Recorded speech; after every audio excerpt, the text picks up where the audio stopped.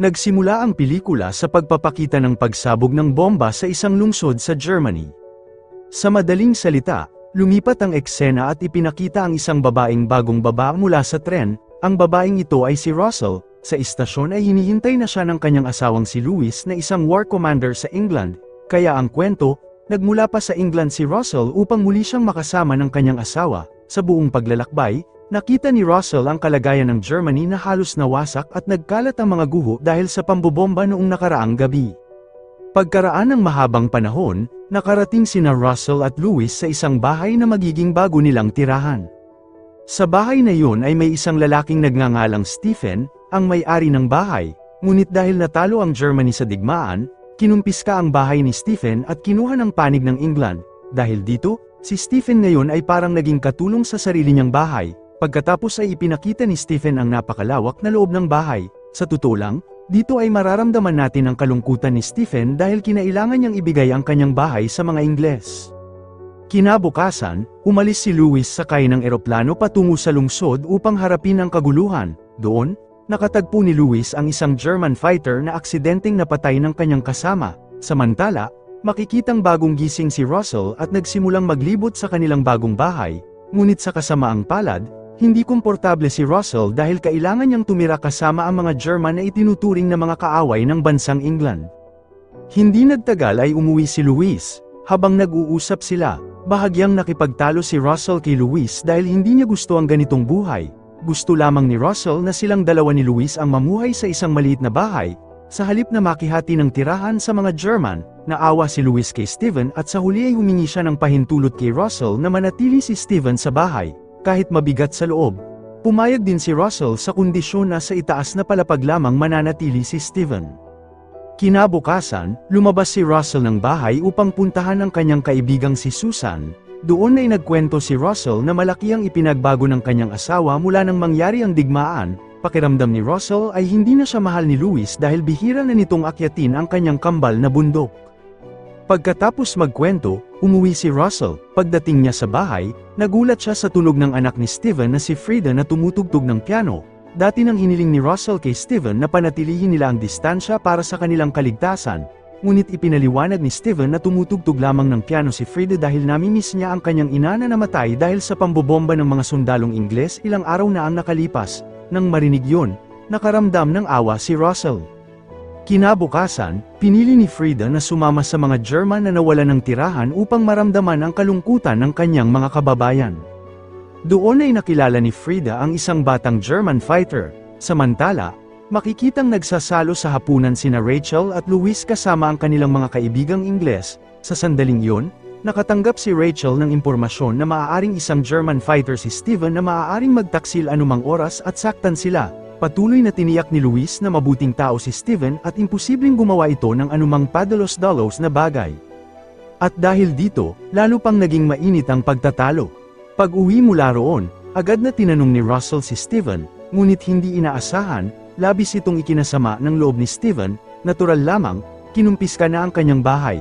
Ngayon ay pinagbintangan pa siya ng kung ano-ano. Nakipagtalo si Stephen kay Russell habang umaasang tuluyan na siyang palalayasin ni Russell mula sa bahay. Ngunit nakakagulat, nanahimik lamang si Russell.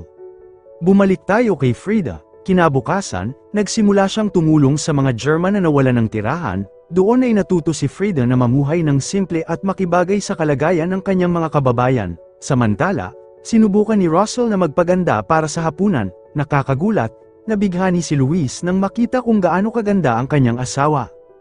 Isang oras bago magsimula ang okasyon, nagsimulang maglambingan sina Louis at Russell. Ngunit sa kasamaang palad, habang umaakyat sila sa bundok ng magkasama, biglang nakatanggap si Louis ng tawag para sa kanyang tungkulin at wala siyang magawa kundi umalis. Dahil dito, labis na nagalit si Russell. Pagdating ni Louis sa sentro ng lungsod, may nagaganap palang protesta ng mga German na humihingi ng katarungan. Hindi inaasahan, naroon si Stephen at siya ay sinaktan din ng mga pulis. Samantala, nang bagong dating si Louis, agad siyang pinaligiran ng mga galit na mamamayan laban sa mga Ingles. Sa madaling salita, umuwi si Stephen at nakita niyang may nagaganap na party. Pagpasok niya, lalo siyang nainis dahil napakagaspang tumugtog ng mga sundalong Ingles sa kanyang piano. Nagalit si Stephen dahil ang piano ang tanging bagay na natira sa kanya bilang alaala ng kanyang yumaong asawa. lalo pang naging tensyonado ang sitwasyon at sa huli ay pinatigil ang party. Nang maging tahimik na ang bahay, sinubukan ni Russell na gamutin ang sugat ni Steven mula sa protesta, hindi inaasahan, nagkaroon ng ibang klase ng tinginan sa pagitan nilang dalawa. Sa kasamaang palad, nang muntik nang mangyari ang pagkakamali, biglang dumating si Luis, ngunit mula roon, makikita nating nagsisimula ng mabuo ang ipinagbabawal na damdamin sa pagitan nila. Kinabukasan, bagong dating mula sa opisina si Luis nang bigla siyang makatanggap ng utos para sa isang misyon. Mabigat sa loob na sinabi ni Luis ang balita kay Russell, at muli, kailangan na namang iwan ni Luis si Russell. Nakiusap si Russell na huwag nang umalis si Luis, ngunit hindi naging matagumpay ang kanyang pagsisikap at umalis pa rin si Luis. Makikitang lalo nang nalulungkot at nag-iisa si Russell. Sinubukan niyang tumugtog ng piano hanggang sa mapahanga ang lahat sa bahay dahil napakaganda ng kanyang pagtugtog. Lumapit din si Frida kay Russell at sabay silang tumugtog ng piano. Sa kanilang pag-uusap, nabunyag ang dahilan kung bakit hindi maayos ang relasyon nina Russell at Luis. Namatay ang kanilang anak sa digmaan, ang matinding kalungkutan na yun ang sumire sa kanilang relasyon. Sa sandaling ito, makikita natin ang pagkakapareho nina Russell na nawalan ng anak at Frida na nawalan ng ina. Sa huli, napaiyak siya ng husto. Kinabukasan, lalo pang naging malapit ang relasyon nilang tatlo. Wala na silang masamang nararamdaman sa isa't isa at madalas silang nagsasama. Hanggang sa isang pagkakataon, si Russell na nalulungkot ay pumunta sa silid ni Steven sa itaas na palapag at niyaya si Steven na umakyat sa kanyang kambal na bundok. Pagkatapos nilang matapos, niyaya ni Steven si Russell na pumunta sa isang lugar. Habang naglalakad sila, nagsimula silang magpakita ng pagmamahal sa isa't isa. Pagdating sa kanilang destinasyon, kitang-kita ang saya sa mukha ni Russell dahil sa wakas ay nakita na niya ang maliit na bahay na matagal na niyang pinapangarap kasama ang taong mahal niya. Kahit hindi si Luis ang kasama niya, tugma naman ito sa pangarap ni Russell. Doon ay niyaya ni Steven si Russell na tumakas kasama niya upang magsimula ng bagong buhay. Walang pag-iisip, agad na pumayag si Russell. Kinabukasan, nakauwi na si Luis mula sa kanyang misyon sa ibang bansa. Pumasok siya sa bahay at tinawag si Russell na kasalukuyang tumutugtog ng piano, ngunit nagulat si Russell dahil inakala niyang si Steven ang taong yun at hindi si Luis. Makikitang hindi komportable si Russell nang simulan siyang hawakan ng kanyang asawa. Nang gabing yun, nagdala si Luis ng magandang balita na sa wakas ay pinayagan na silang dalawa na umuwi sa England upang magsimula ng bagong buhay. Ngunit makikitang naguguluhan si Russell dahil kailangan niyang iwan si Steven. Sa kanyang puso, gusto talaga niyang makipaghiwalay kay Luis at mamuhay kasama si Steven. Sa madaling salita, nag-ayos si Russell upang dumalo sa isang party kasama si Luis. Habang nag-aayos siya, dumating si Steven at pinilit siyang sabihin kay Luis ang tungkol sa nangyari sa pagitan nila. Hindi nagtagal ay umalis sina Russell at Luis. Pagdating doon, halatang hindi komportable si Russell na nasa tabi ng kanyang asawa. Habang nagsasayaw sila, sa wakas ay sinabi ni Russell kay Luis ang tungkol sa kanyang pagtataksil. Nang marinig yun, biglang nagbago ang mukha ni Luis at labis siyang nalungkot dahil ang asawang mahal na mahal niya ay bumaling sa ibang lalaki. Kinabukasan, nagpaalam sina Steven at Russell kay Luis. Nakiusap si Luis kay Russell na huwag siyang iwan, ngunit huli na ang lahat dahil nasa kay Steven na ang puso ni Russell. Matagal matapos silang umalis, nakakita si Luis ng isang damit ng bata na naiwan ni Russell.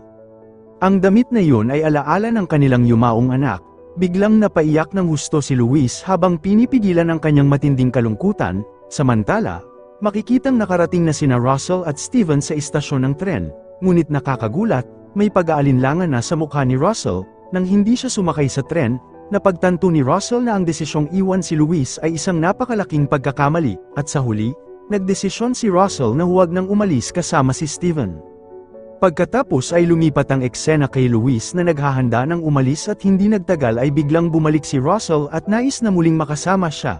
Naging pangalawang pagkakataon nito para kay Luis na ayusin ang kanilang pagsasama. Sa huli, nagkaayos silang dalawa at natapos ang pelikula.